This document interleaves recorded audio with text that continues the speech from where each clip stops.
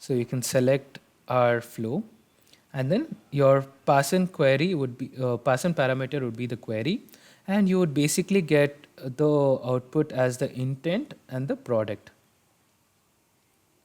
So for the sake of testing, you can just display the intent and product for now. I use the message box to do my testing, as you can basically see what the output of the flow is. So let me start the conversation.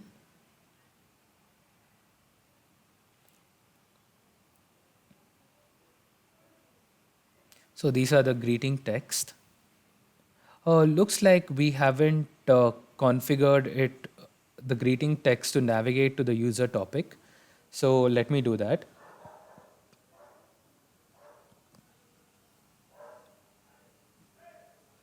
So we have to navigate the user from the greeting to the query topic. So you'll find an option here to do that. And I'm selecting the query. Ensure you save your changes.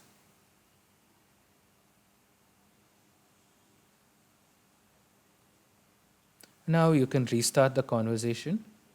You can enable this to ensure that you are able to track the conversation. That is, you will be able to see how the conversation passes through the trees. So now you've got the question, and you can send in your query. So you may notice that I have changed the query, but we are still able to get a response. Lewis has identified that this is a support query for a laptop. Looks like our flow is working properly, so we can proceed to the next step, that is querying the Dynamics knowledge base article. So I have deleted these outputs. Now let's navigate back to Dynamics. So here I'm back at our knowledge article entity, and let me just open one of them up. So you may notice this is an out-of-the-box knowledge article entity. You will find the content here and the keywords here. So we would basically be using the keyword and the title in order to identify which knowledge article we're talking about. Let me open up an advanced find. So our query would look something where we are looking for a value in the title and a value in the keyword. So let me navigate to that field. So I'm selecting the title contains the intent. And our next filter criteria would be that the keyword contains the product name or the topic that we're trying to talk about. So let's export the fetch XML.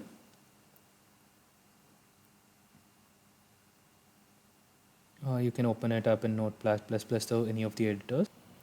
Let's keep this ready because we'll be using this in our flow. And now let's navigate back to our Power Virtual Agent, and we have to create our flow. Again, click on call and action, and we'll be creating a new flow here. So like I said, it basically opens up the Power Automate platform with everything pre-populated. Let's rename the flow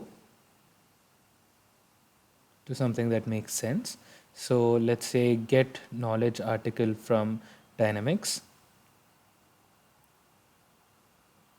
Next, I have deleted all the steps, and I'll be accessing the CDS. I prefer to access the CDS from within the solution, that is the current CDS. CDS says current. So let's first move this move this flow into a solution.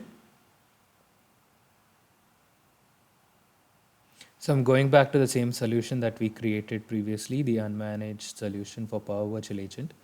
I'll be moving in this flow.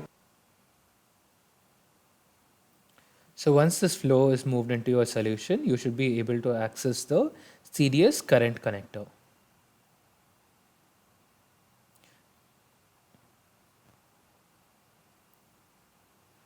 So now let me open the CDS current connector.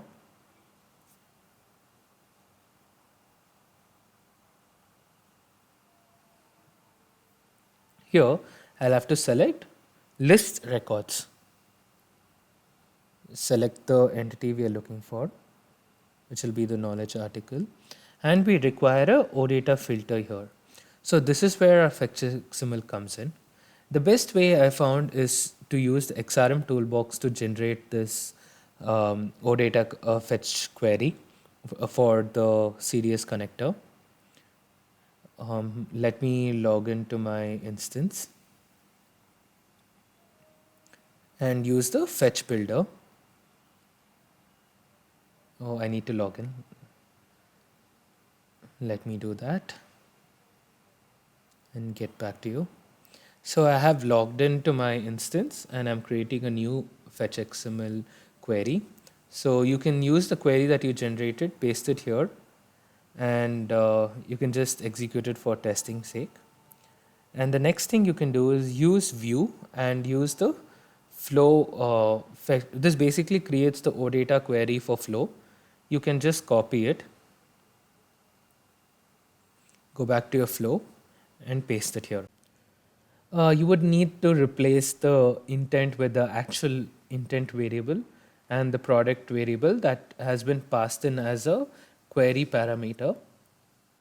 Personally, I would like to do this querying within an action or a custom workflow because we would have much more complicated query than this simple fetch OData fetch query that we have written here. For the purposes of the demo, we would be using this basic query, and also we'll be retrieving only the we'll just retrieving one record from this list, which will be the first record it finds. And the next thing would be to pass in the content of the knowledge article into a variable. So let me first create a variable now, initializing the variable, and let's call this variable content. And we can just pass in the result of the content. As CDS would be returning a list of entities, we cannot directly access the content attribute. So we will have to use a for each loop. Within this for each loop, we can access the content attribute. So before we set the attribute, I would like to remove the HTML tags from it. As the content attribute holds HTML tags, it's a rich text editor. So you will find a controller which we will find a connector which can do this. Just pass in the content and it would basically remove all the HTML tags from it. And now you can set your variable with the output of the HTML parser. So now that your query is ready, you can again create the response body, which I've already have, and I'll be passing in the variable and click on save. Oh, looks like I have made some mistakes with my JSON. Let me fix that.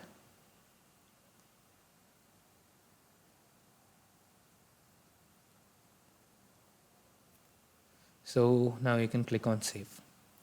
So this should be accessible within your Power Virtual Agent as it is already part of a solution since you moved it uh, before you got started.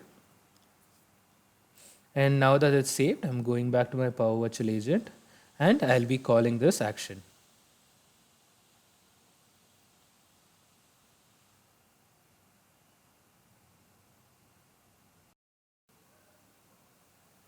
So here we will be passing in the intent that was identified by the previous flow, and we would basically be getting the content from the knowledge article. And I am currently populating this in the message below. Now let's test the bot. So let me start by typing in the greeting text. So sometimes the bot takes time to reply, but this is because you're in the testing phase. So let me pass in the query.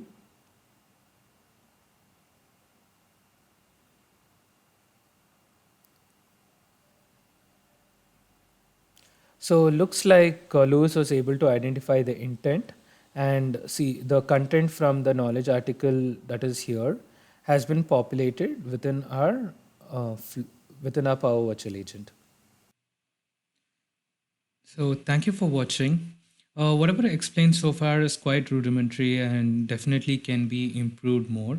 And you can try out different options and different ways you can access different kinds of data, not just the knowledge article. For any questions and clarification, please feel free to reach out. Thank you.